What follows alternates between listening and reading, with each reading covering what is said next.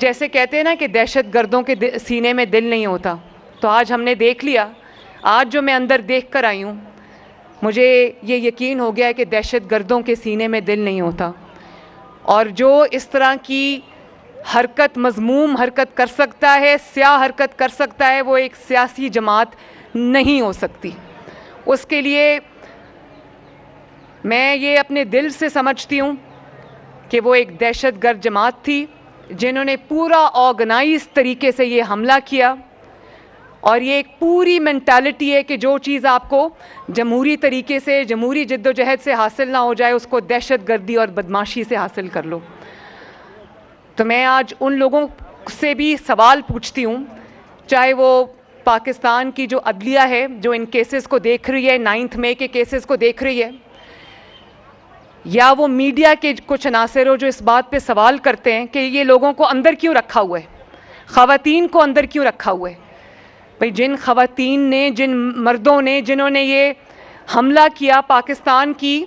دفاعی تنصیبات کے اوپر، جنہوں نے قائد اعظم کی یادگار پر حملہ کیا، جنہوں نے شہداء کی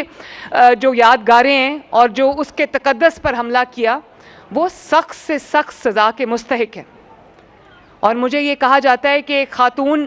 چیف منسٹر پنجاب آئی ہے، تو جو خواتین 9 مئی کے کرائمز میں جیلوں میں بند ہے وہ ان کو چھوڑتی نہیں۔ بھئی میں کون ہوتی ہوں ان کو چھوڑنے والی؟ انہوں نے اس ملک کے خلاف، اس مٹی کے خلاف انہوں نے یہ اتنا جو گھنونا اگر انہوں نے عمل کیا ہے، تو میں کون ہوتی ہوں ان کو چھوڑنے والی؟ یہ تو ایک بڑی نامناسب بات ہے۔ تو پھر کہتے ہیں کہ ہم نے کچھ نہیں کیا، اور کہا کہ 9 مئی کو، اب یہ 2-3 دن پہلے میں سن رہی تھی کہ اپنے جو گھروں پر جھنڈے لگائیں تحریک انصاف کے۔ تو میں یہ پوچھنا چاہتی ہوں